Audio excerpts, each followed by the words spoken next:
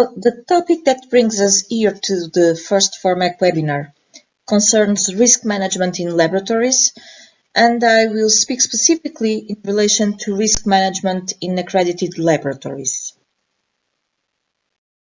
So to start talking about risk management, we need to know the definition of risk. And the ISO 31000 standard, which outlines the general guidelines for risk management, defines risk as the effect of uncertainty on objectives. Well, that already gives us some clues. When we talk about risk in current language, we usually think about the negative aspects of risk, and therefore we think about threats, what prevent us from reaching our goals. But the risk has another aspect, which are the positive aspects. The risk, in fact, is a deviation from what we expect, and therefore that deviation can be positive as well. And if we have a deviation with a positive effect, then we have an opportunity. But typically, when you speak about risk, and the terminology that was adopted in ISO 7825 reflects this also, we often think of the negative part associated with these deviations from the objectives. And when we talk about opportunities, we are normally thinking of the positive aspect of the deviations from the objectives. So, in reality, a risk is sometimes a threat, but that threat can even become an opportunity. For instance, if we think about what is happening today with this issue of COVID-19 pandemic, many organizations, and I'm remembering in particular, for instance, the textile industries in Portugal, in the first phase, they suffered serious threats, and they even have their factories laid off. But somehow they managed to reinvent themselves and started producing, for instance, personal protective equipment, making what was a threat into an opportunity. So a risk can be a threat, but it can also be an opportunity. So the ISO 7825 standard, which was revised in 2017, has risk-based thinking as one of its main novelties. But in reality, is it risk-based thinking or the concept of risk really a novelty in ISO 7825? If we think about our laboratories and the quality control or the evaluation of non-compliant work, the decisions we make are generally based on risk. We don't do it in a very systematic way, and it is a little empirical, and it was not previously described in the standard in that way. But any analyst, any technical manager, any quality manager, when he's making a decision in the lab, he somehow considers risk. The risk of performing a given task correctly, or the risk of reporting an incorrect result. So risk is always in his back mind. So risk-based thinking is something we already did before, but often unconsciously. So the ISO 1725 version of 2005 had a light approach to risk when addressing preventive actions. The novelty in relation to revised standard in 2017 is that this approach, which was previously restricted to preventive actions, is now transversal to the entire standard. And that indeed is a big change. That's the novelty. So preventive actions already foresaw that it was necessary to identify improvements that were opportunities, and that would serve to eliminate potential non-conformities, and that these actions could involve risk analysis.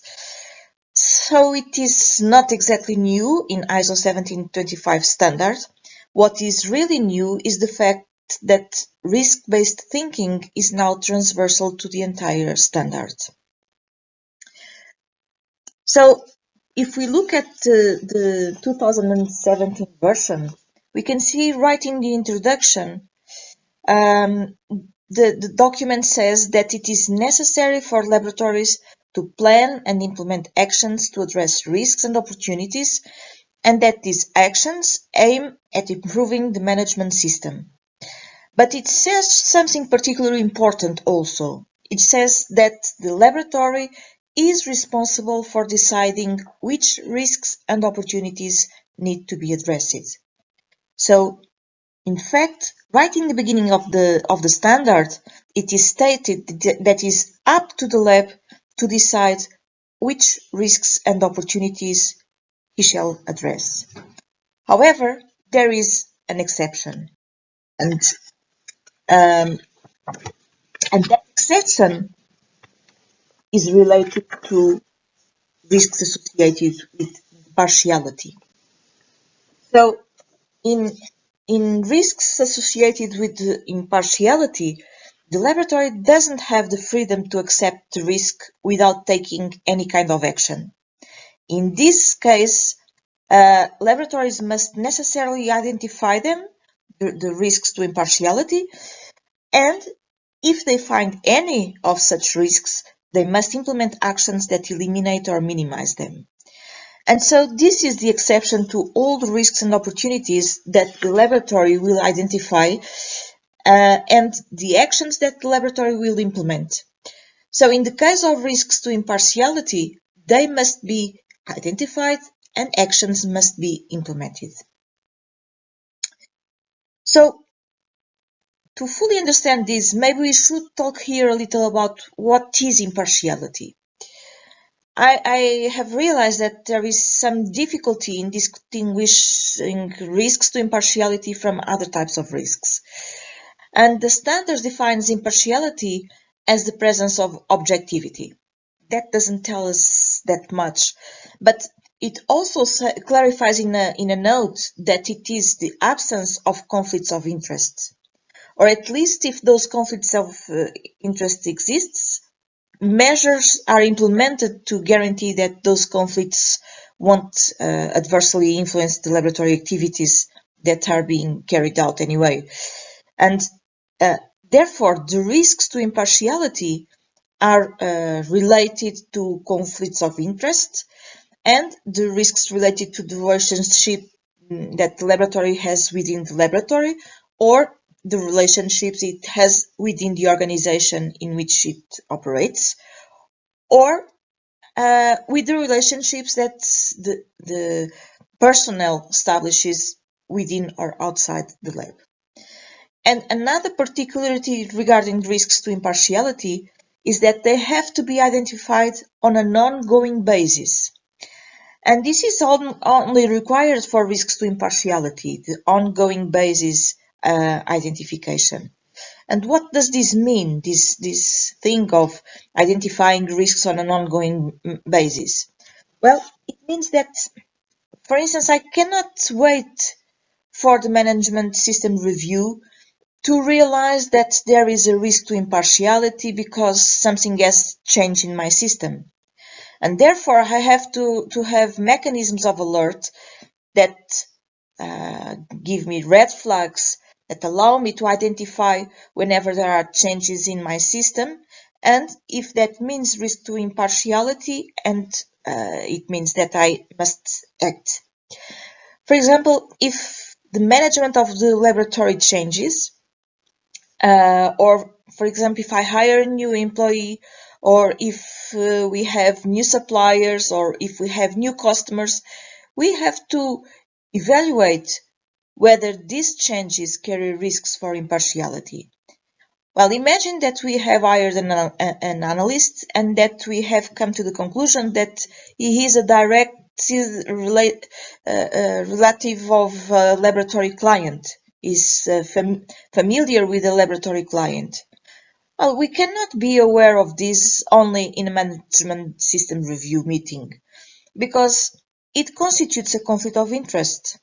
Well, perhaps nothing happens because the fact that we have a family bond doesn't mean that there is necessarily a risk to impartiality, but we must have mechanisms that can alert us, and we must take actions that prevent this lack of objectivity from occurring. The analyst may, for instance, try to favor the client by prioritizing the processing of his samples. So one action that we can implement is to code the samples, maintaining his anonymity if it is possible. Sometimes it is not possible. So risks to impartiality have to be assessed on an ongoing basis. And whenever we identify a risk to impartiality, we have to implement an action to eliminate it or at least to minimize it. Okay, so the clause of the standard that focus on actions to address risks and opportunities is 8.5. And once again, the standard clarifies what risks and opportunities are. It is about ensuring that the laboratory can achieve the desired results and that it can achieve its objectives. So obviously, it is very important that we are able to define the objectives properly. And the actions that we implement will be able to prevent or to reduce adverse impacts and potential failures in the laboratory, and thus lead to improvement in the management system. However, accredited labs must necessarily define objectives. It is stated in clause 8.2, and objectives must be related to the three pillars of the standard: impartiality, competence, and consistency of operation. And that must also reflect the purposes and objectives of the standard of ISO 17025. So if I have my objectives defined, and if risk is what keeps me from achieving those objectives, or on the contrary, is what drives me to achieve those objectives, then if I know the objectives, I can easily identify the risk. So the two are closely linked.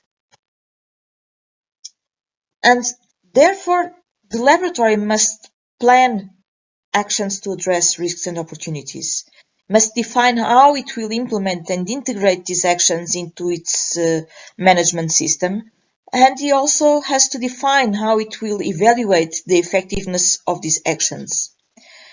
And also the actions that will be defined must be proportional to the impact that these risks or opportunities may have on the validity of the results.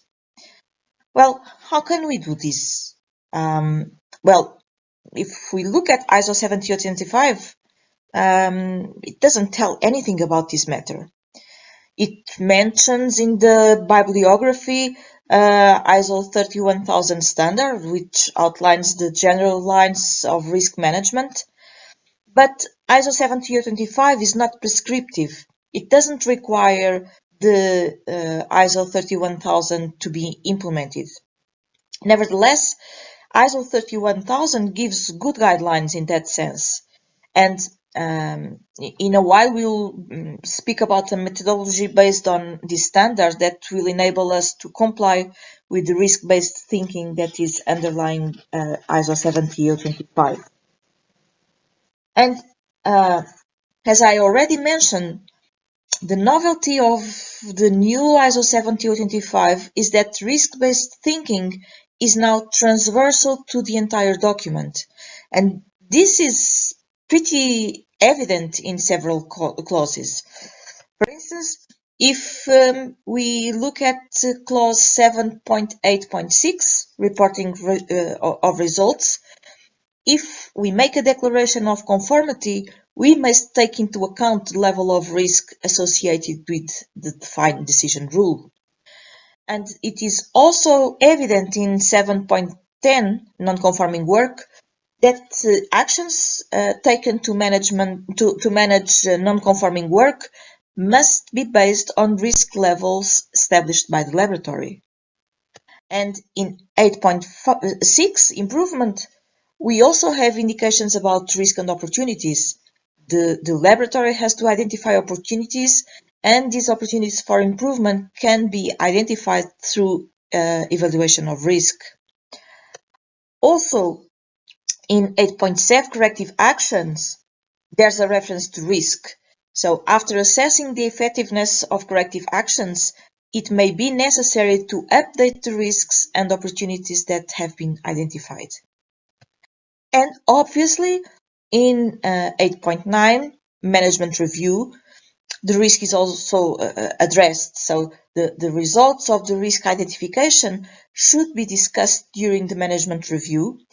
And well, it's interesting because the standard doesn't require any type of risk management procedure, nor does it even mention risk management records, for instance. But the results of the risk identification, if you look at 8.9, are one of the inputs of the management review.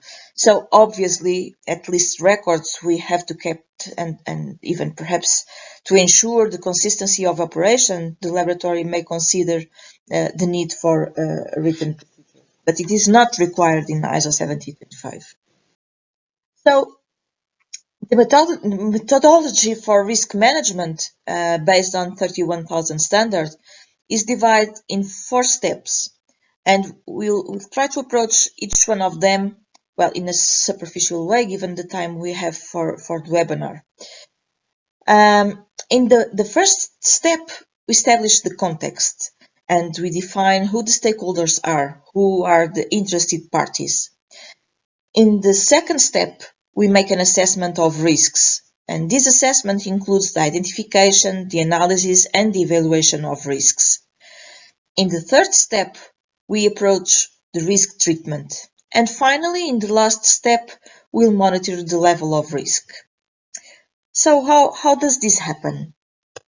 Well, the first step is particularly important and is closely linked to the identification of risks, as we'll see later. It concerns the evaluation of the context of the laboratory and the identification of the interested parties in the laboratory activities. This terminology is not widely used in ISO 17025, but it is well known by those who use ISO 9001 standards. And by the context of organization, I mean the factors that will influence the purpose and objectives of the laboratory or the organization where the laboratory is located. And these factors are extremely important. And they can be of internal or external origin. And in this case, in the case of external origin, they can be international or national or even local factors. And these factors are very important for us to be able to make the identification of risks. For instance, the legislation that exists, the fact that the laboratory is close, for example, to a university, and the knowledge is transferred from the university to the laboratory. Or in the case of the internal context, for example, the personal know-how, how experienced the personnel is in the laboratory activities, how reliable is the equipment in the lab. So all of these must be weighed, and both internally and externally, in order for the lab to have an insight into its weaknesses and strengths, and also to allow it to look at the external factors and realize which are the opportunities that are emerging and what threats can occur. And typically, we analyze the organization's context using a SWOT analysis. And with the SWOT analysis, we make a balance. We balance the internal strengths and weaknesses and the external opportunities and threats. Well, if we look at the interested parties from the internal point of view, we obviously have personnel, but we can also identify, for instance, the laboratory management, personnel who may not be involved in the lab, but belongs to the same organization where the lab is inserted, like human resources department or financial department, etc. And these interested parties will certainly have common expectations, but some of their expectations might be different from each other. For example, if I look at the personnel, they will have the expectation of having a fair remuneration, of having a good working environment, of having the possibility of career progressing, for instance. And if the laboratory doesn't meet these expectations, then it might happen that the employees are unmotivated, they lack commitment, and we can even have the employees leaving the lab, taking the know-how with them, and obviously this will have an impact on the quality of the results that the laboratory produces. Therefore, if we don't know the expectations of the interested parties in the laboratory activities, we may have the risk of having a negative impact on the results that are produced in the lab. And therefore, we should know from among the interested parties which ones are relevant, which ones present a significant risk, and what are their expectations, so that we can understand whether or not we can meet them. Well, the second step in risk management concerns risk assessment. And in risk assessment, we will identify, analyze, and evaluate the risks, and with this information, we'll be able to make informed decisions, for instance, about what type of activity can or cannot be carried out in the laboratory, whether we are able to maximize the opportunities that may arise, what are the risks that needs to be addressed, how do we choose between options with different risks, how we'll prioritize the options, and how we prioritize the treatment of risks, which are the most pressing risks to implement actions to eliminate or minimize them. And we can also, based on the information in step 2 of risk assessment, choose the most appropriate strategy to eliminate risks, or at least to bring them to a level that is tolerable by the laboratory. So the first part of risk assessment concerns the identification of risks. And as I have already mentioned, the identification of risks is closely linked to the analysis of the context and to the identification of the interested parties. So the identification of risks involves finding, identifying, and recording the risks relating to a given activity. So basically, we imagine what may happen or which situations might affect the fulfillment of the objectives of the management system or the organization. And we have to take into account that in the particular case of risks to impartiality, this must be done on a continuous basis, as I already mentioned it. Well, the identification of risks relies strongly on the gathering of information about what happened in the past. We can identify risks if we can learn from the past, and therefore for us to be able to identify risks, we must have access to, for instance, trend analysis, records from failure and troubleshooting, non-conforming work records, audit reports, complaints, feedback from personnel and customers. So all of these are sources of information that allow us to learn from the past and to identify potential risks for the future. Well, there is a standard which is associated with ISO 31000, the ISO 31010 standard, that was recently revised in 2019 and which features around 60 different tools for risk management. Not only for risk identification, some of them are for risk identification, some of them are based on evidence like background, as I just talked about, but also on checklists that can be prepared. Some are also based on systematic team approaches. It is very important when we are doing risk identification to collect information from all the people who perform the tasks for which we are assessing the risk. And therefore, the participation of all people in the identification of risk is very advantageous, because who better than who performs the task to identify the difficulties they have or the problems that may arise. So systematic team analysis, for instance, with brainstorming or analysis of causes and effects, or SWOT analysis that we already approached here. So this is very important to identify risks. So in short, all these tools are described in ISO 31010, and this standard is a good source of information in this matter. Doesn't mean at all that you should apply all these tools in your lab, far from it. But if you need it, you have a good source of information in 31010. So the next step is to analyze risk.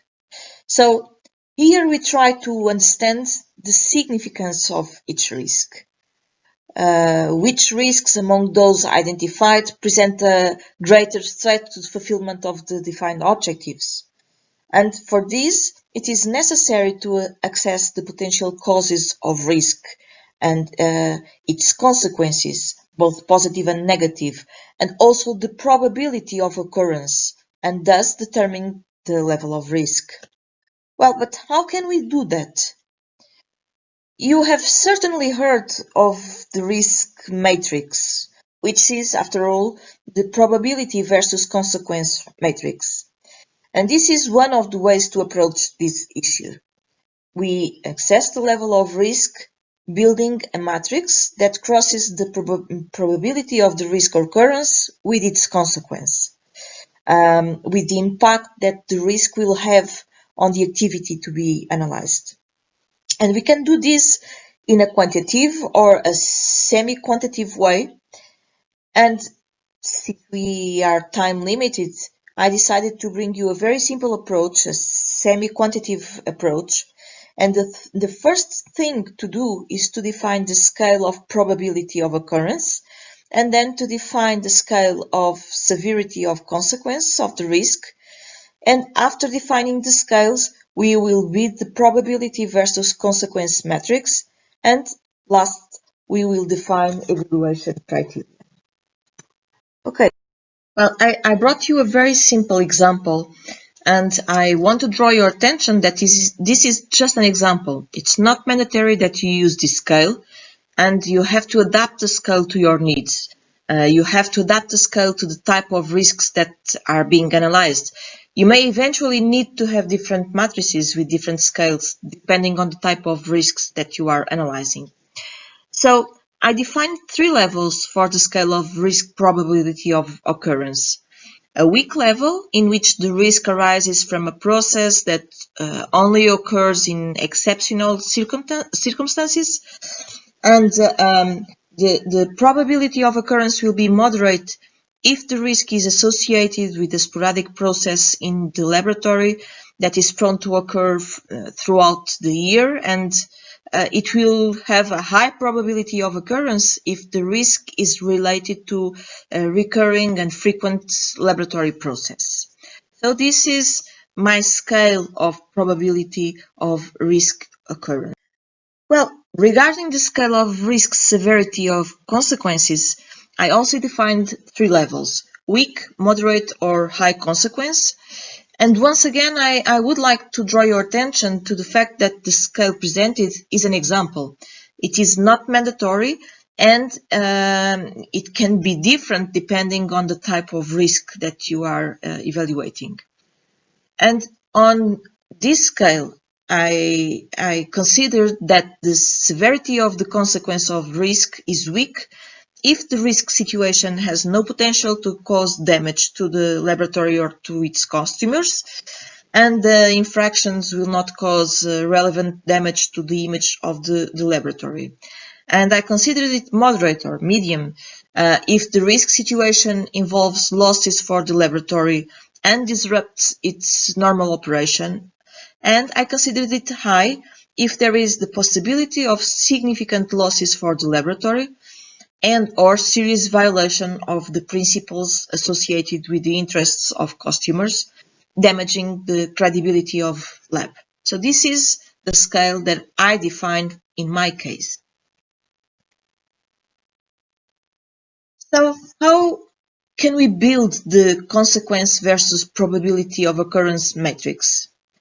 Well, quite simply, putting the scale of probability of occurrence on one side and the scale of consequence on the other, and then crossing.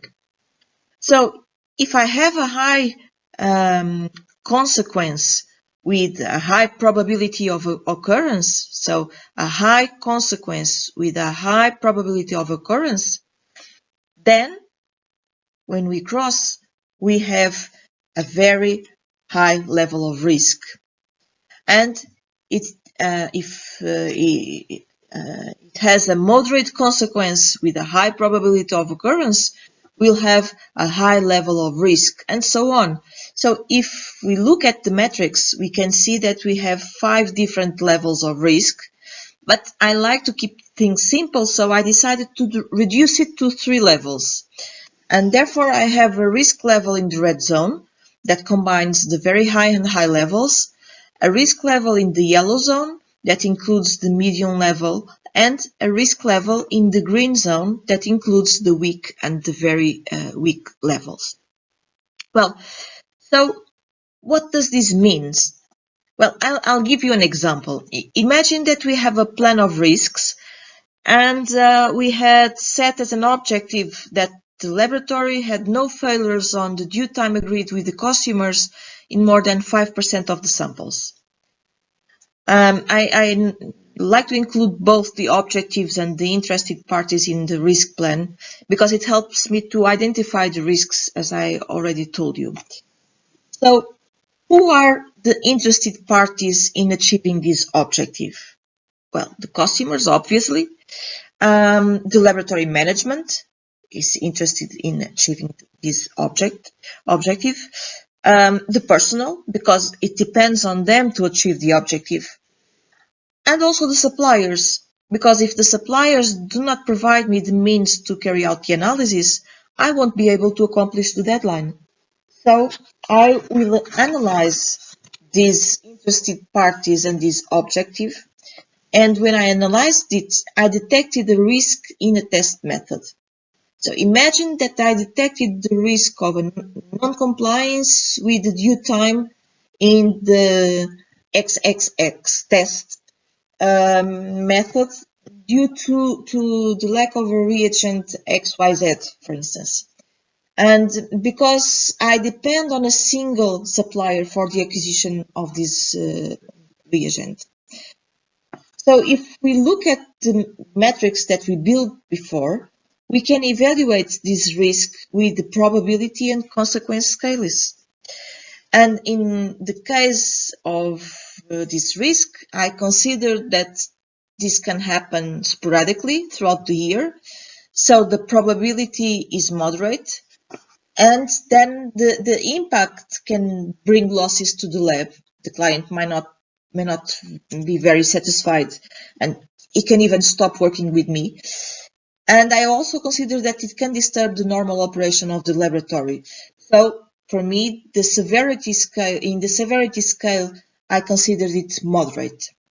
Then if I cross the matrix with a moderate probability of occurrence and a moderate consequence, I have a level of risk in the yellow zone, which means it is on the medium zone. So that's what I put in my plan. Okay, so risk analysis allows me to determine the level of risk. I know, for instance, in this example, that my level of risk is medium because I crossed the probability of occurrence and the impact in the matrix, and I found out that the risk level is medium. But that doesn't tell me much because I need to define the evaluation criteria for each risk level.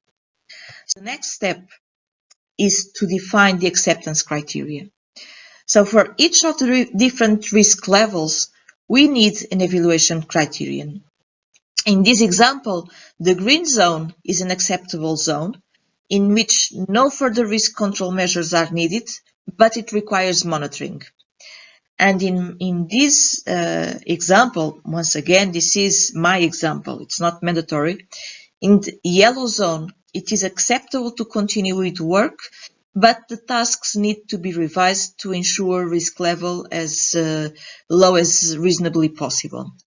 And we also have to implement mitigation measures to reduce the risk.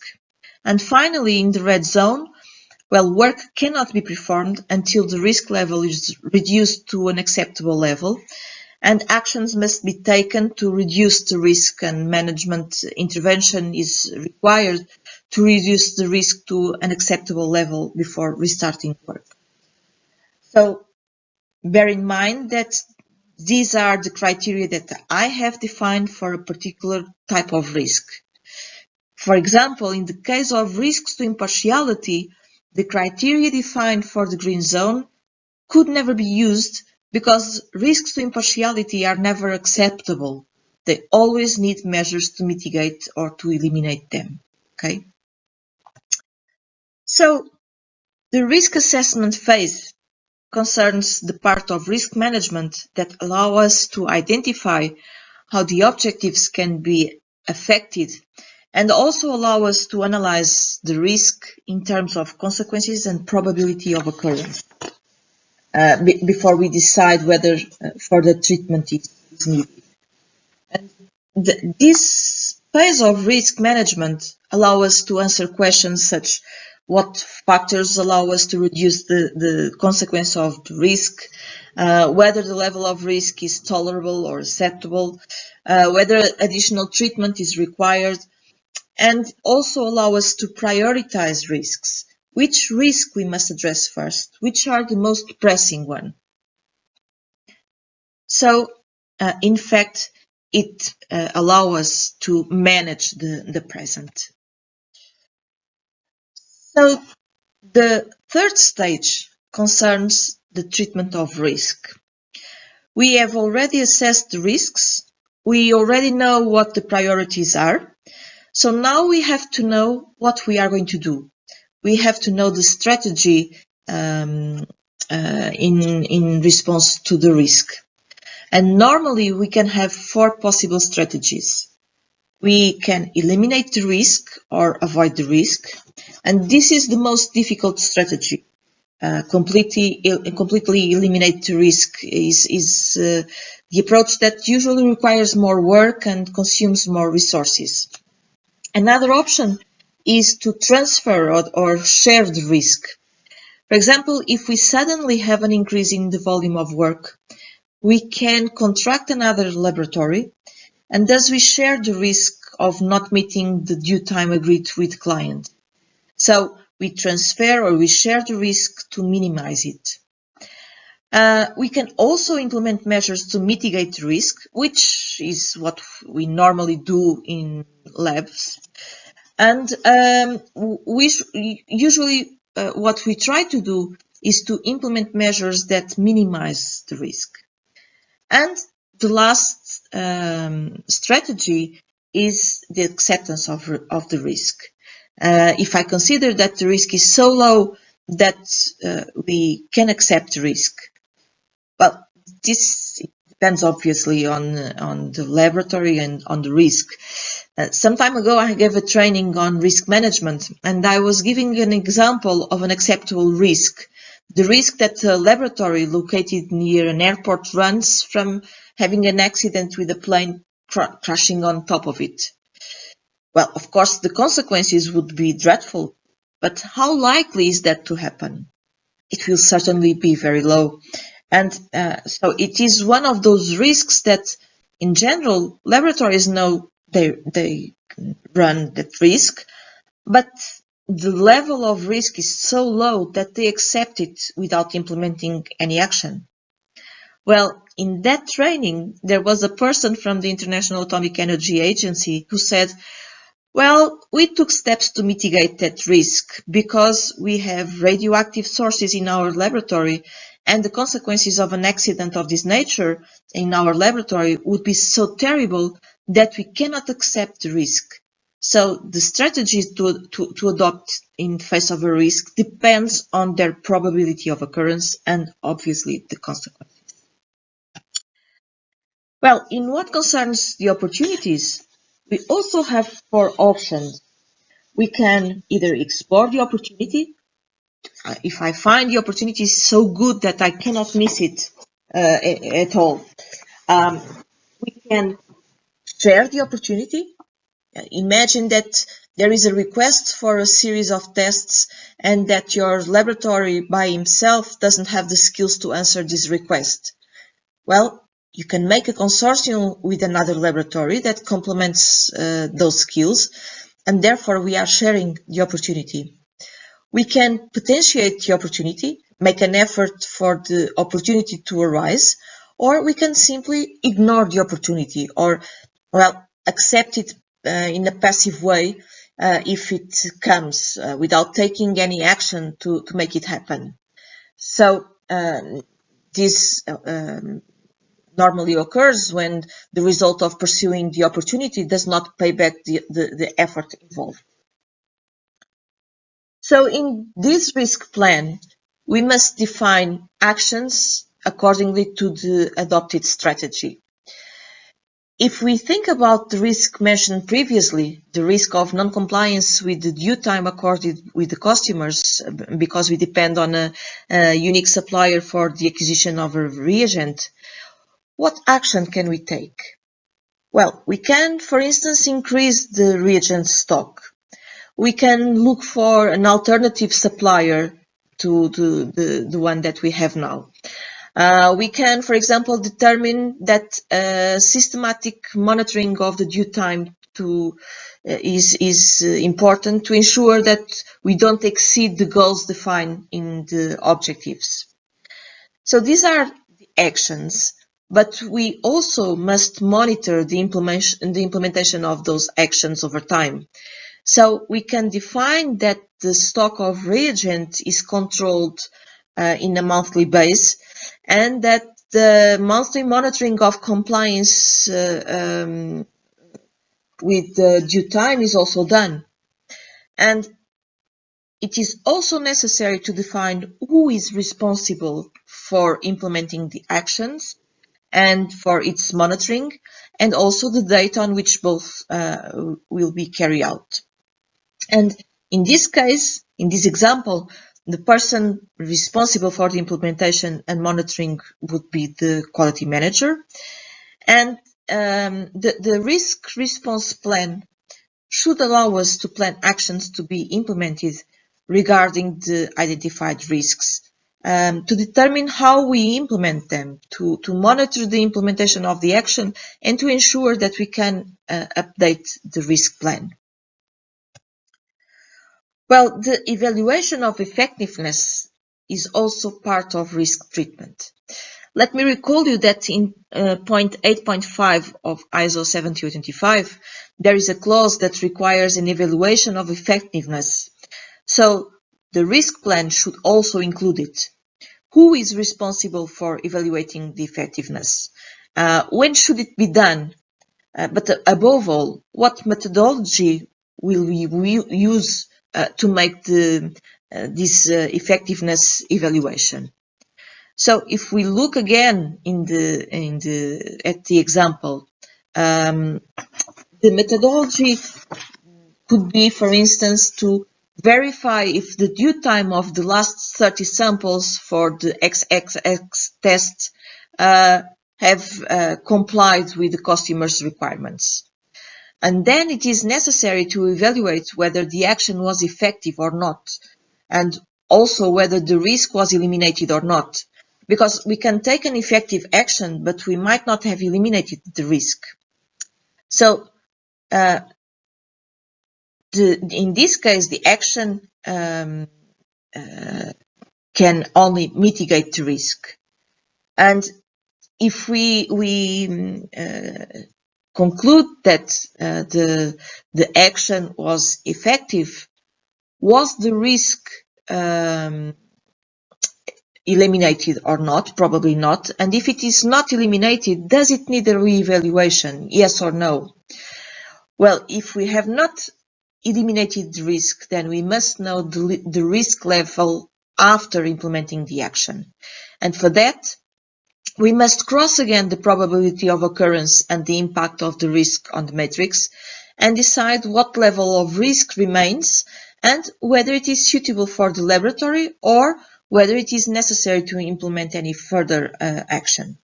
So, you see, this is an interactive process that must be repeated until the laboratory finds that the remaining risk is bearable for its needs. Okay, so in this part, step 4, we have the follow-up. At this stage, we must evaluate whether the risk level is acceptable to the laboratory and define new actions if necessary, and we use this information as an input for the system management review and also for the definition of new objectives. So after all, it's a cycle. We start by defining the objectives in order to be able to identify the risks, and we close the cycle using information we collect with risk management to identify new objectives and to plan the future. Well, I would like to thank you for taking the time to attend this webinar, and we will meet again soon. I invite you to assist the webinar from ForMEQ and to consult the webpage of ForMEQ. Thank you very much.